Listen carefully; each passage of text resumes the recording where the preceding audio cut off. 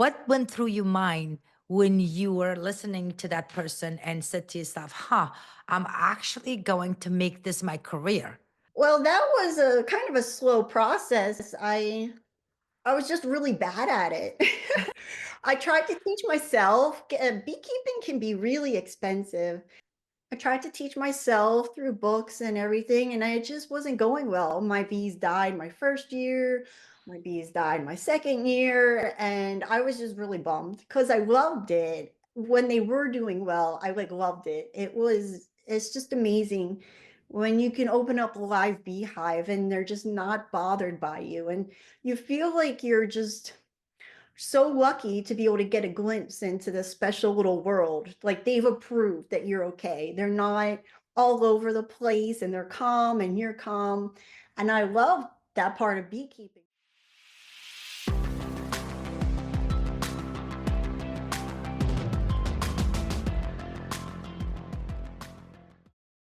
Laryssa, welcome to Inner Power Inside. I'm so excited to have you here with us. Yeah, thanks for having me.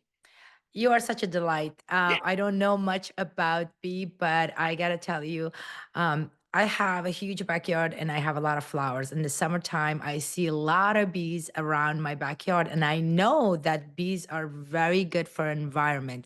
So when I saw your bio and I was reading about you and I was doing my research on you, and I said, "Oh my God, what an interesting a job that she has. I have to have her over here because our podcast is all about overcoming adversity and unconventional careers."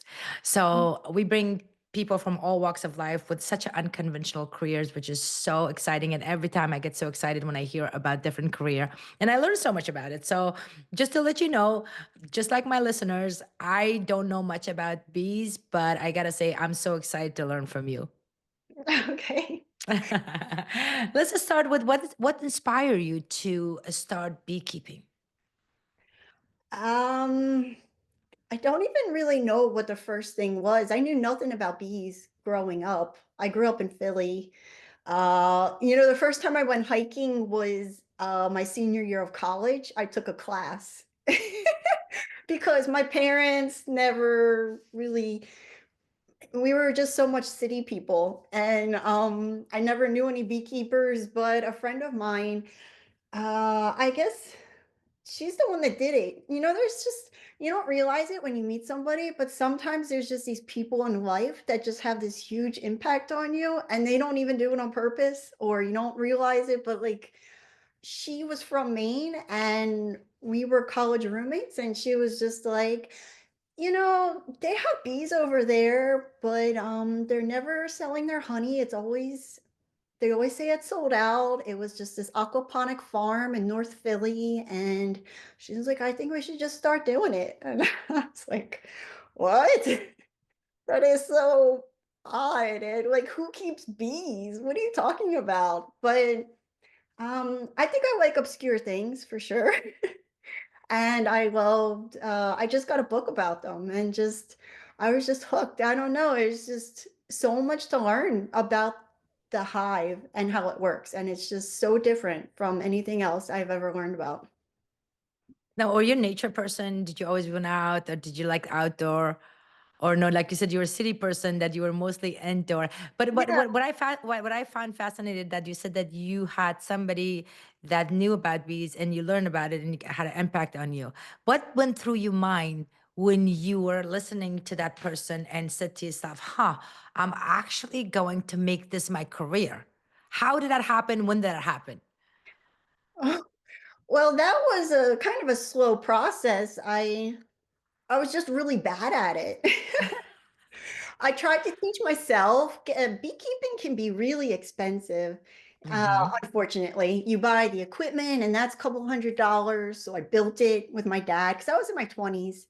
I had a car that was 10 years old and had the one headlight was being held on with wire. So like I wasn't about to go investing thousands of dollars to become a beekeeper when I didn't even have like a proper vehicle, according to my grandmother. So I tried to keep everything on the minimum as in terms of like getting started costs, and just wanted to see if I liked it. But those beekeeping classes, they're like $200, $300, and I tried to teach myself through books and everything, and I just wasn't going well. My bees died my first year, my bees died my second year, and I was just really bummed because I loved it. When they were doing well, I like loved it. It's just amazing when you can open up a live beehive and they're just not bothered by you, and you feel like you're just so lucky to be able to get a glimpse into this special little world. Like they've approved that you're okay. They're not all over the place and they're calm and you're calm. And I love that part of beekeeping, but they just weren't surviving the winters. And I didn't really know what to do about it. So I took an internship at a farm in Hawaii and was there for 6 months. Since I was a freelancer as a graphic designer, I just took my laptop with me and I did conference calls at 5 a.m. and I didn't tell my clients I was in Hawaii. They didn't know I wasn't in Philly, and I just did a work trade. You work 3 days a week. They gave you room and board. This was just a bee farm in Hawaii.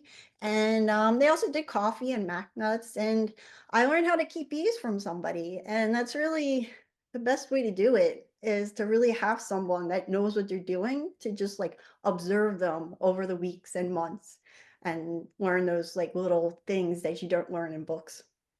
So for our listeners that are listening, what is the beekeeping? What does that involve?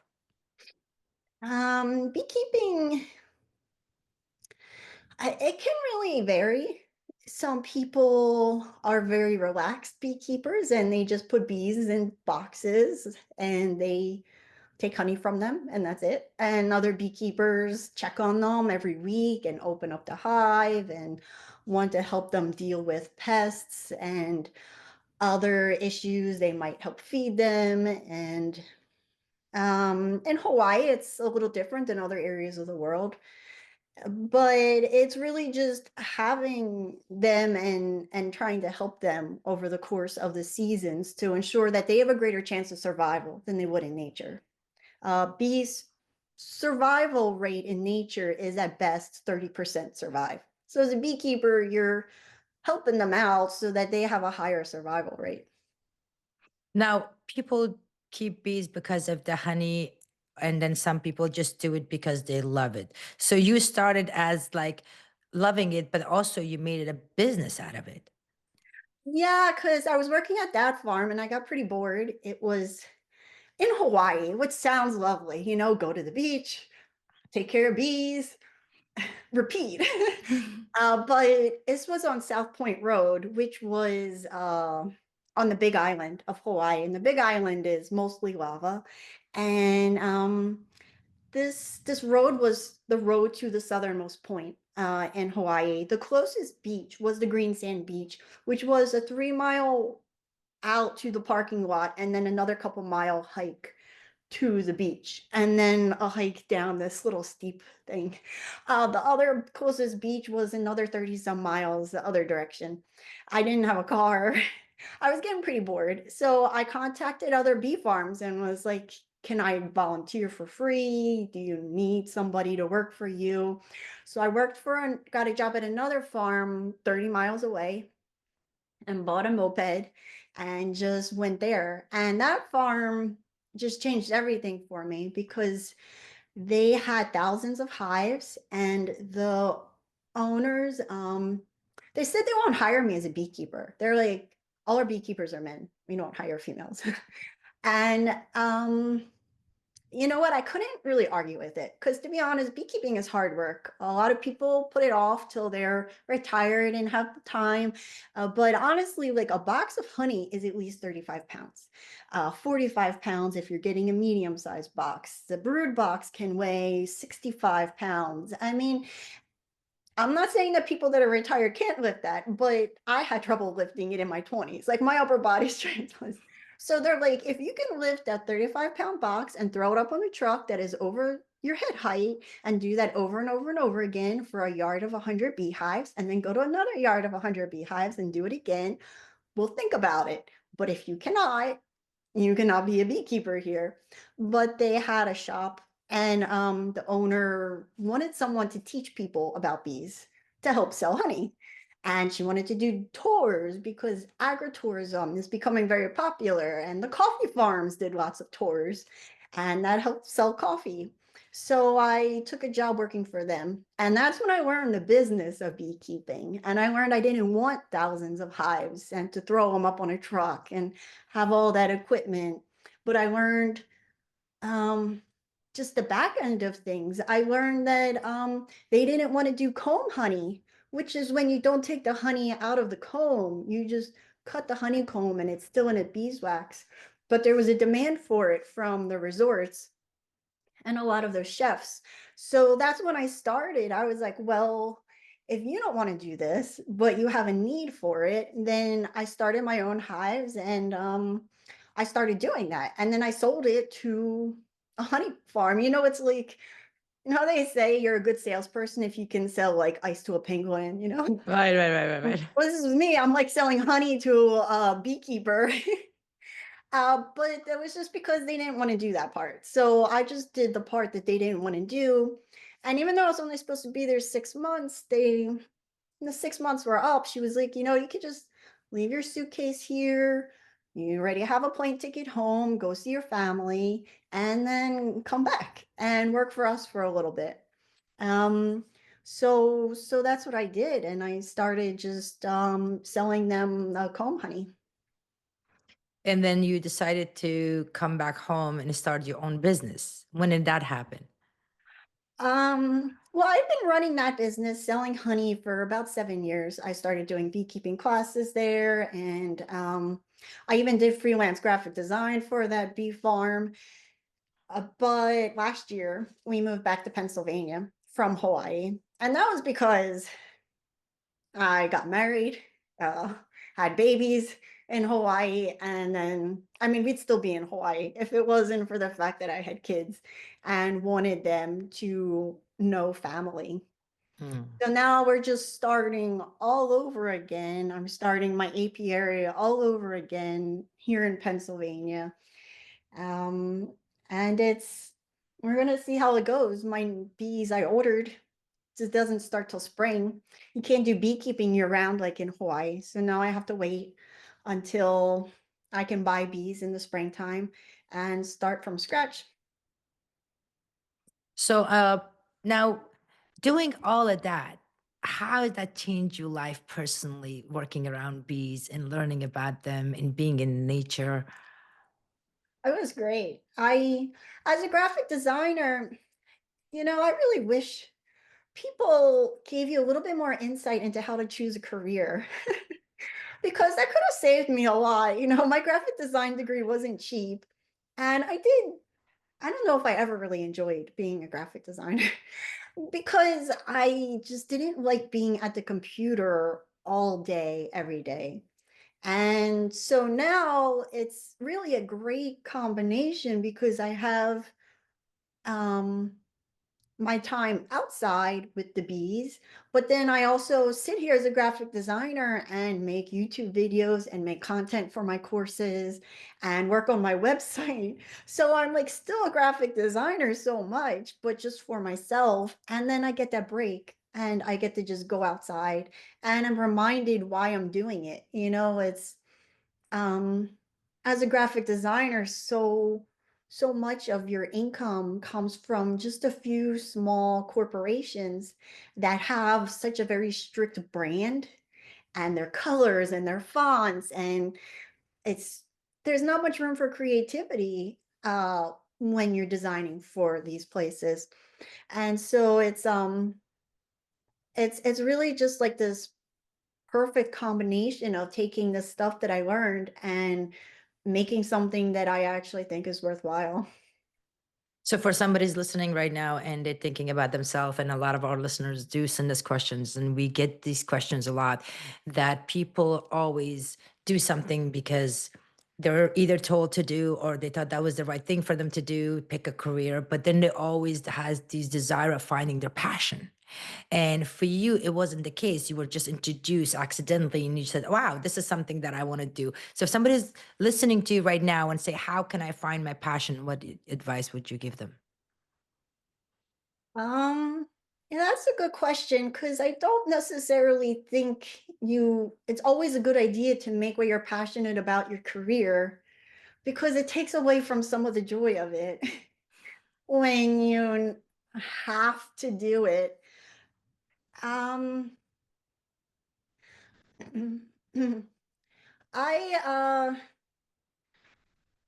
I would say it's really important to find something that you still want to do even when you have to do the tasks you hate. Because in everything, there's just going to be the days that are the stuff that you don't want to do. Um, and it also has to be something that there's a demand for, or else it feels like there's just like this uphill battle that you're never really going to get to. If I just like started a bee farm and tried to sell my honey and it was like on a shelf with like 50 other honeys, like I would really just be struggling to make ends meet. And I've seen a lot of beekeepers burn out. And really the key I think to avoiding that burnout is finding things that give you like this passive income so that everything isn't just so dependent on your time. Even as a graphic designer, I was burning out and I was doing pretty well. I had gotten some really big clients, but my time was like how much I made was dependent on my time. And so I was just working like 10-hour days, 6, 7 days a week. And I was like exhausted. But now it's like I've just slowly been like pivoting. I mean, it's always great to find something that at first you do have a general love for, but then almost with everything you're gonna burn out if you don't find a way to have like income sources that aren't dependent on your time. I really can't stress that enough for anybody, or else all of these things that bring you joy in life you're gonna end up hating and not want to do Mhm. it again. And beekeeping for me was, I mean, I actually gave up beekeeping for a little bit when I had my second child because it was just a chore. I sold my hives. I still had my course running. I wasn't doing any YouTube videos. I wasn't doing any marketing. I was doing absolutely nothing but answering questions and helping students when they contacted me.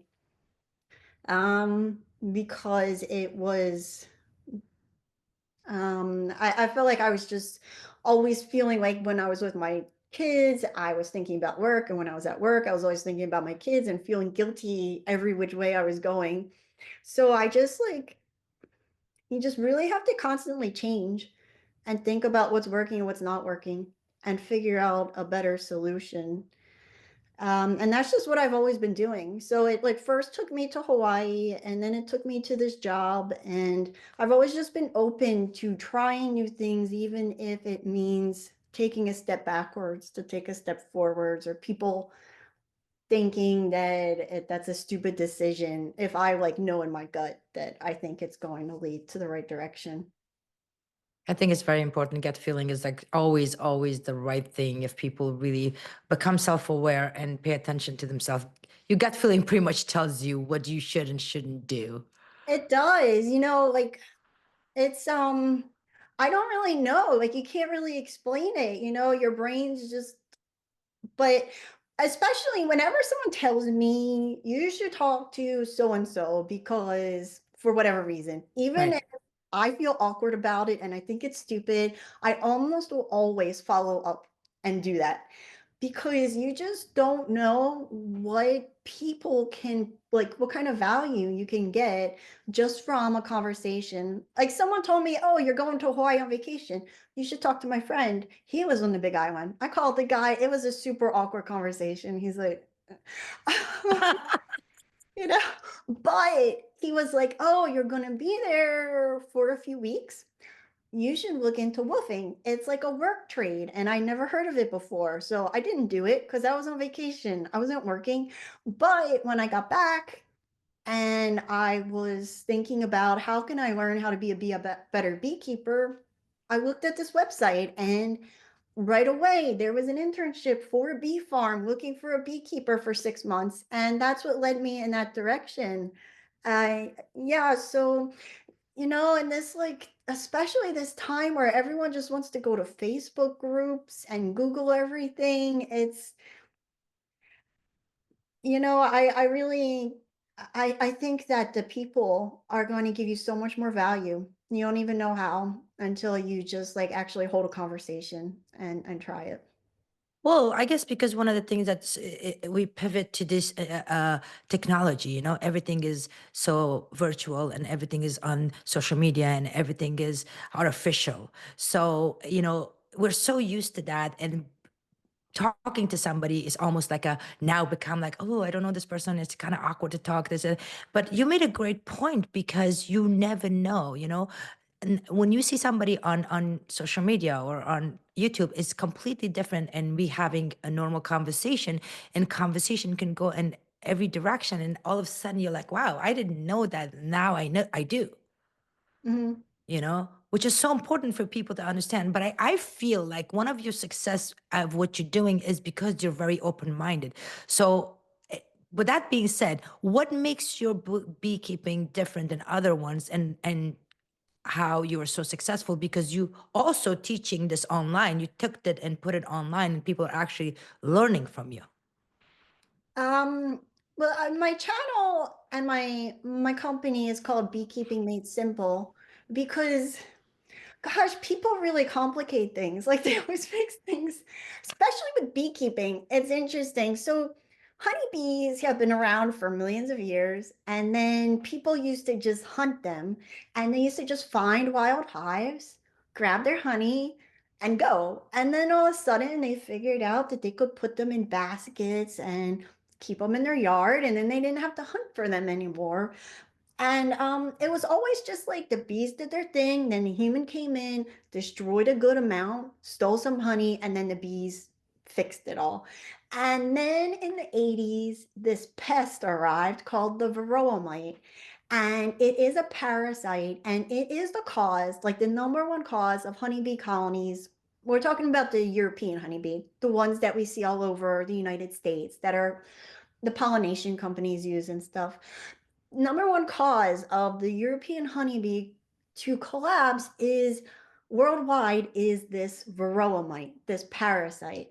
And as soon as this parasite now just like has come to the US, beekeepers have changed so much to this relaxed way of beekeeping, to just trying to handle every single aspect of the beehive.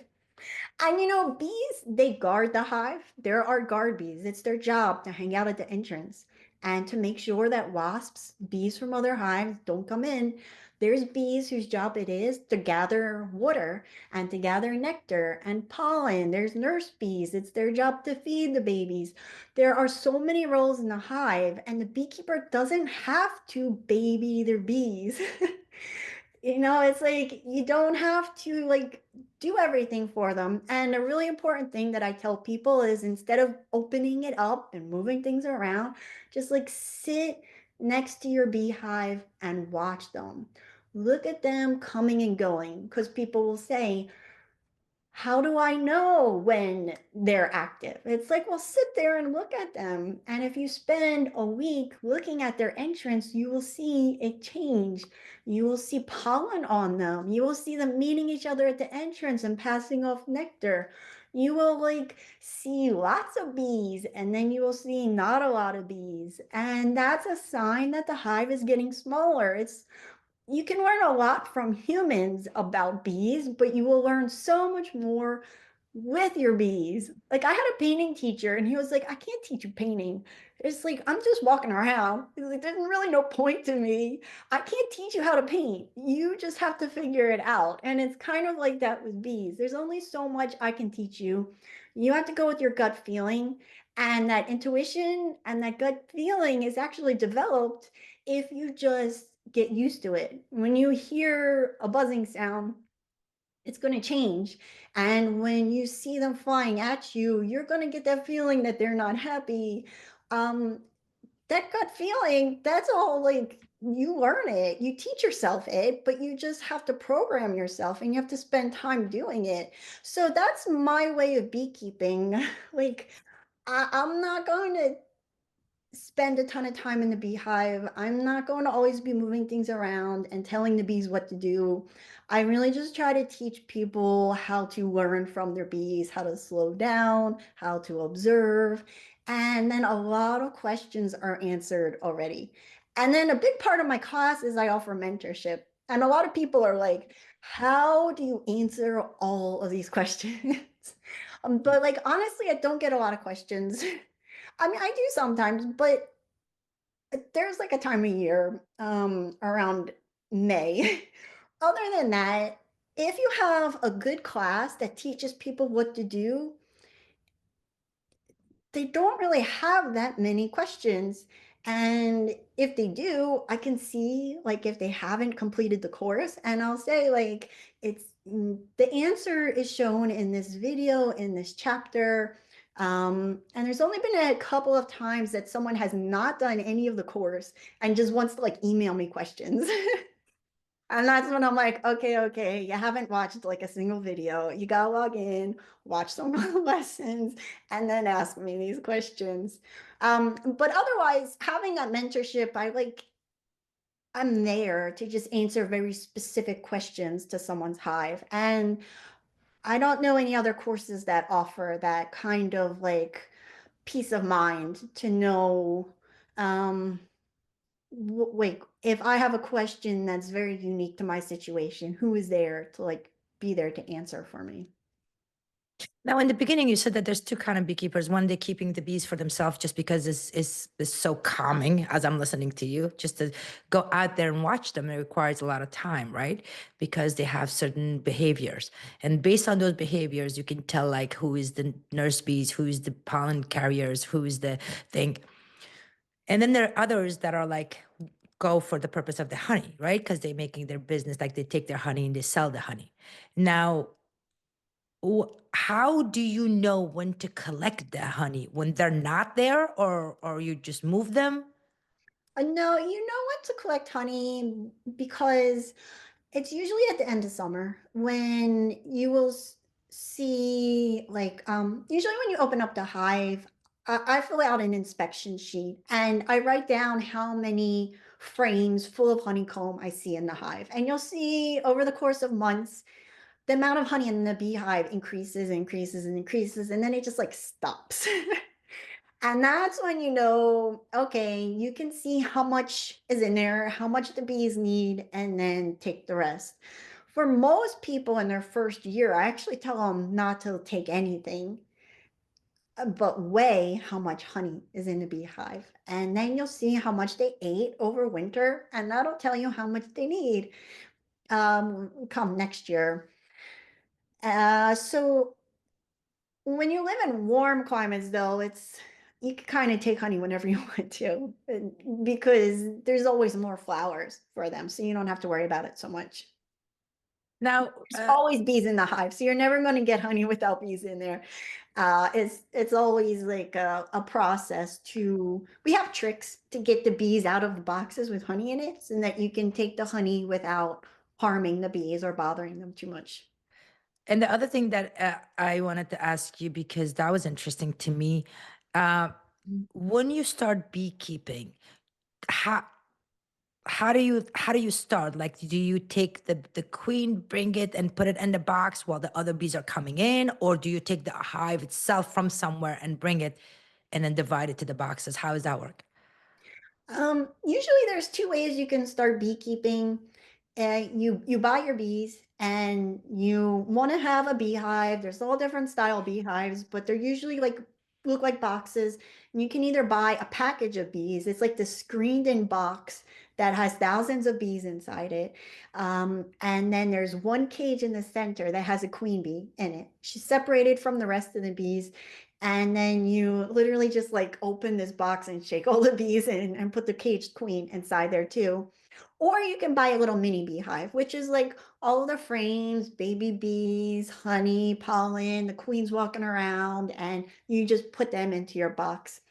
That's the way you usually tell like beginner beekeepers to get started. It's the easiest way to get started, but a little bit more expensive. Or you can always just put an empty beehive out and hope that a swarm of bees find it. And then in the wintertime, if we're like, let's say I'm in New York in the wintertime, obviously you have to keep them inside somewhere warm. No, you leave them outside, and the bees they cluster up. They vibrate flight muscles to produce heat, and they don't need to be too warm at the start of winter. But then around January, the queen will start laying eggs and she will start making baby bees again. And they need to have it about 92 degrees. So they'll vibrate their flight muscles. It's not all that much different than like emperor penguins when they're staying warm. They're in this cluster, and the center is usually the warmest. The ones outside are the coldest. And they kind of like the ones outside, once they get too cold, will go towards the center, and the ones in the center go towards the outside. And on the warm days when it's sunny out, you'll see them leave because bees don't go to the bathroom in the hive either. So they have to, so you'll see like little specks in the snow when they're all like running out to do, they call it a cleansing flight, and poor things. And they'll go out to do their business and come back in. And some beekeepers in colder climates will wrap their hives. You can get bee cozies or roofing paper, but in like Alaska, like the really cold places, that's where the beekeepers might put their hives in like some kind of shed or space like that, because otherwise the bees won't be able to survive. But like Ukraine and Russia are two really big beekeeping countries. I think they're the second and third largest countries for beekeeping, and it gets pretty cold there. So they're pretty good at staying cold as long as they're healthy. Right, right. Now you took this and you made that a business. So I'm sure during that process there were some challenges that you face, taking that and making it a business. What are some challenges that you face, and how did you overcome them? Um, well, a big challenge is just that not that many people become beekeepers. There's enough that, nationwide, worldwide, I can find an audience. But when it comes to like telling my family and my friends, they don't know any beekeepers. They don't know anyone that wants to be a beekeeper. So I couldn't rely on, word of mouth from my friends and my closest contacts to really get the word out. I immediately had to just, I did a podcast, I did YouTube, I did advertising on YouTube to just teach the people that wanted to learn. Because it it's not that bad, because with the obscurity of it comes not a lot of people talking about it and teaching, but you also just have to teach people, you have to find people all over the world. And that's the other difficulty. And one good thing about moving to Pennsylvania, beekeeping, it changes depending on where you live. Mhm. And so since I was in Hawaii, I definitely had people that would be like, well, what do you know about beekeeping? Because bees don't die in Hawaii. It's easy. Everything's easy in Hawaii. Try coming to where I live in North Dakota and then tell me how to keep bees. And so I also felt like I had to work extra hard to prove that I knew what I was talking about, um, since I was based out of Hawaii. And, like I mentioned that varroa mite, and how it's the leading cause of honeybees to die. Well, in Hawaii, bugs don't die that easily because it's warm. So not only are honeybees not dying from the cold, but varroa mites aren't dying from the cold. So when I arrived in Hawaii, they were actually going through a huge collapse. The farm I went to work on had 4,000 colonies, and they were down to 800 because the bees were just dying left and right because the varroa mite had just arrived along with another pest. And without a frost to kill them, they were just being decimated. So, um, it wasn't easy beekeeping in Hawaii, but a lot of people assumed it was. And now that I'm in Pennsylvania, I'm hoping it'll be a little bit easier to, people maybe take me a little bit more seriously in the cold weather states now that I have cold weather currently outside. And I'm a female in her early 40s, and most beekeepers are men my father's age. So there's also, I mean, I get it. I know I am not so inclined to learn from somebody that is half my age. You want to learn from someone that is in the same age group or maybe older. You think that they've been around the block a little bit longer. So I also think that sometimes that can keep some people back from learning. But I think overall, if you're just honest and you put out there,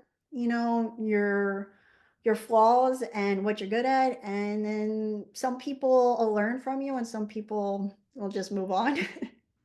Yeah, and we're always learning. I mean, like you said, that was a good point that you made because you're so young starting this, and you keep learning because environment is like changing, the climate is changing, everything. So there's going to be more need for you to teach them, and you learn along the way of those changes. But one thing I wanted to ask you, like, do you have relationship with these bees? Do they like know you when you take care of them? They have done studies that say that bees can recognize faces, and that they will can recognize the beekeeper's face. They did like reward studies, and they found that they can recognize faces. Um, they definitely, and they have a great sense of smell, so I'm sure that they recognize that as well. I think they do recognize the beekeeper. I don't know if like I brought someone out with me, if they would be like, "Oh, I like her, but I don't like that new guy that's with her." Though they don't like my father. I don't know what it is about him. He will stand like 50 feet away and he just gets stung right between the eyebrows. And I'm like, and I won't get stung. And I'm like, no gloves, hands pulling out frames. I'm like, I'm sorry. I don't know why they don't like him. Some people have said, like, they swear that bees are more inclined to prefer females. And there's really no, science to back that up. But you said that if they sting you, that means they don't like you. So every time they sting you, that means they don't like you, right? Because we're so scared when we see them, we run around. I know I do. Every time I see, I'm like, oh my God, you just run around. But they really don't do anything if you leave them alone, unless they don't like you, like your father. Then they're like, okay. Yeah, I don't. I think the one was mad, and for some reason she thought he was the cause of it. I don't. Yeah, but that's rare. I don't usually bees sting for two reasons, because they're defending the hive. So if you're not near their hive, you're good. And because they're defending themselves. Like you're about to step on them.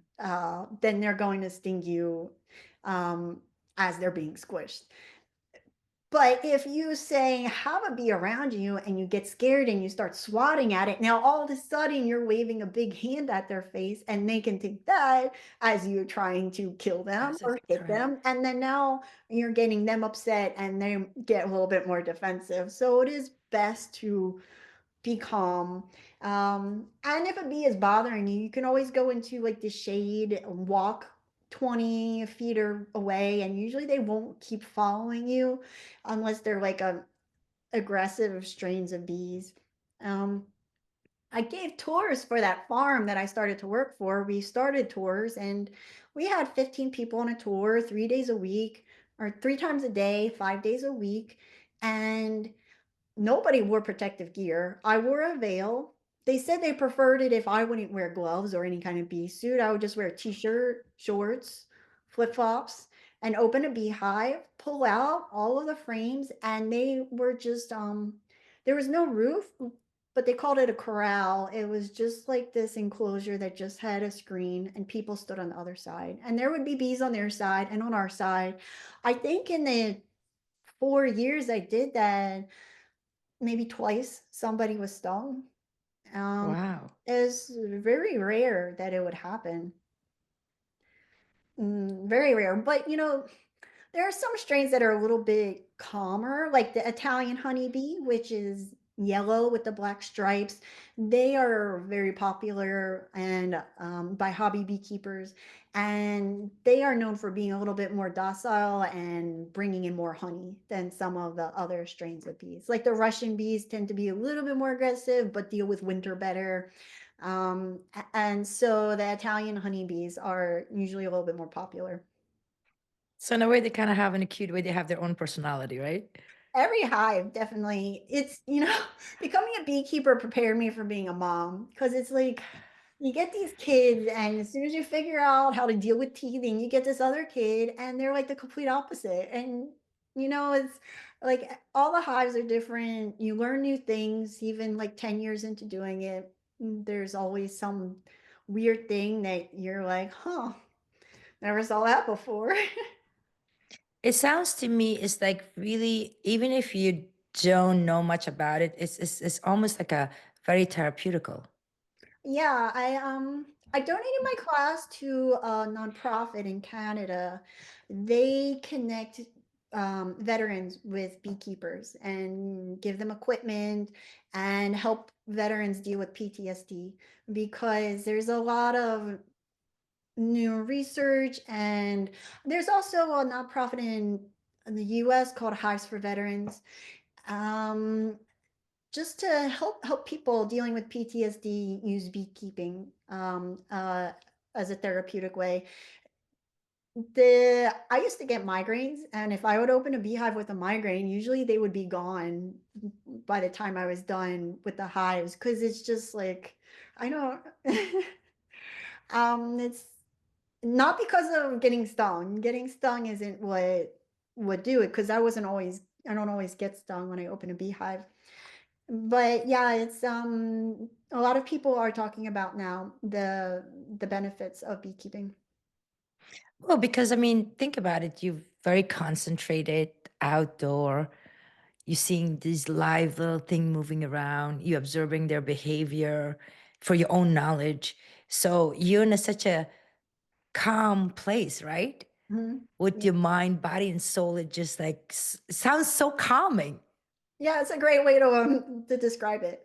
That's really I just is. thought that you were a beekeeper, the way you're doing a good job explaining it.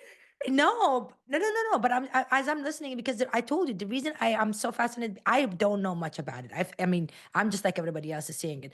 But the way you explain it, it seems to me like you just sit down and watch them, and that's how you know about their behavior. I think it's so fascinating. I feel like that's itself is meditation right there. Sitting outside, just watching the bees and learning about them. That itself is so cool. Yeah, that's like the best part about having them in your backyard is being able to just go out there anytime and just watch them. Sometimes they would just like fly into me and then just like bounce off and fly away. They're pretty goofy actually. You'll watch them like bounce off the hive and then fall down and go back. Oh, And they're that's cute. yeah, they are pretty silly. But it's amazing. Like you see little bees hatching and stuff. It's I don't know. It's hard to really compare it to anything To else. anything. Yeah. No, you said it great. It's hard to compare to anything. So if I somebody personally like I'm not a gardener or anything, so like I'm terrible at gardening. I can't surprisingly, keep anything alive. and you would think that you would think that you test their food like pollen and stuff. These are things. So you're like, okay, go outside, get your own food. I have the home. Yeah, I at this new house we bought, I'd like to plant some fruit trees. I think I can handle Yeah. fruit trees. Um, just as long as I need to set up some kind of like irrigation system so that I'm not responsible. That's my problem. I don't like this like daily responsibility of having to go out and water plants. I just Yeah. can't. I can't keep up on it. Bees are more my style. When I got married, I didn't check my hives for a month. Like I had a baby. I didn't go out there for about 6 weeks. There are things you can do to. I like that they're very self-sufficient in so many ways. It works much better for my personality. Oh, that's great. That's great. We like everything self-sufficient. I wish our kids were like that, right? Just leave the Like, why do you need water every day? why do you need mom all the time? Can you take care of Yeah, yourself? Yeah, I no, have a that is 3-year-old, so that, wow. that's my life right now. I can imagine. But if somebody's listening right now and they're loving this and they're saying that this is so calming, like you said, it's like something to do, what your advice would be for them? The the best way to get started really is to just find somebody. I know people hate that. And like again, on top of talking about everyone wanting to find Facebook groups and everything online, really you could start with books to get started and to learn the basics. That's really the best thing to do. I love like the book Tales from the Hive. I like books that teach you while telling a story. But I also like learning, but I don't like those very, um, those like dictionary style books that are very Right. boring. So like there's great documentaries, More Than Honey, and some podcasts and stuff about bees where you'll learn a lot while also seeing the story. But then really you just have to learn from an in-person beekeeper or else you'll be like me and you'll learn the hard way and end up losing lots of money um, with your bees usually collapsing the first few years. Most beginners lose their hives. About 70% of beginners, they say, lose their beehive their first year or two. So that's the best way to get started. I have on my website, like in the very top, there's a big orange button that says free guide. And that's really the big question, like how to start beekeeping. So that's what this guide just talks about, those 7 steps. Because there's like, are you allergic? And those, things that you want to figure out before you invest anything or even go in person to a class. You might be allergic to wasps. That doesn't mean you're allergic to bees. The venom that they have is a little different. And learning, of course, from wherever you like to learn helps. But then you really just need to get your hands dirty because some people like the thought of it, but don't like the action of it. And other people love it, like right from the start. A lot of towns, counties have beekeeping associations. The county here that I'm in, has a bee association that has numerous courses, mentorship programs, like so many of them have like a ton of ways to get out there and learn from beekeepers. And that's really what you have to do. Just go there and just do it and see if you like it. Continue. If not, just stop, right? That's the only way to learn. Yeah, I have my online class and it's a great way to learn how to keep bees. It's great before you go in person and it's great when you have your bees because you take a class and it all sounds great. And then a year later, you're standing there by yourself. And like, how much are you remembering? Like, and that's really the benefit of this class is like all those little things no one taught you or that you forgot about are right there for you to access when you need it over and over and over again and to go to somebody with questions. But you really just need to like try it in person to make sure that you like it because it is some people just hate it.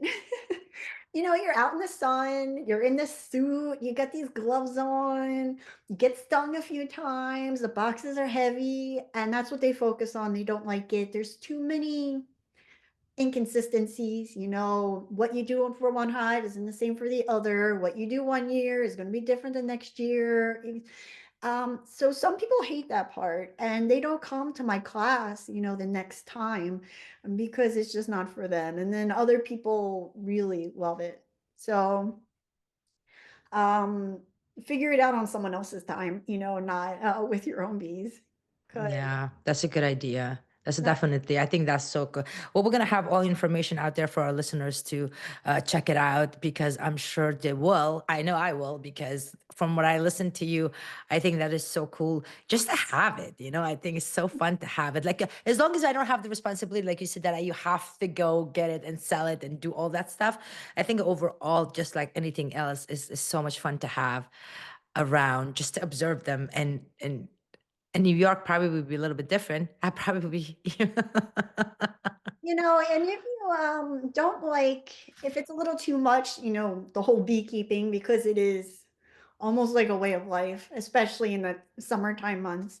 There's also like mason bees, leaf cutter bees. There's so many native pollinators that you can have. They call them bee hotels and they don't require opening it. There's no harvesting of honey, but you can just have these habitats for them in your backyard so that you can watch them coming and going. And most bees actually live in the ground.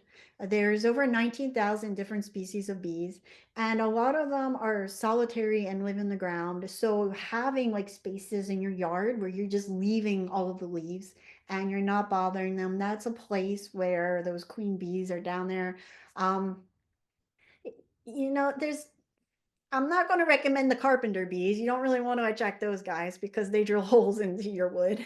But there's a lot of different habitats you can have for all different kinds of bees. So you can observe them without the whole investment of your time and money with honeybees.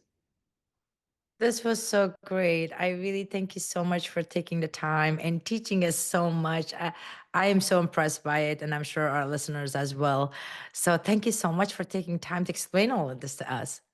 Yeah, thanks for having me. It's all really great questions. It's fun to talk to non beekeepers and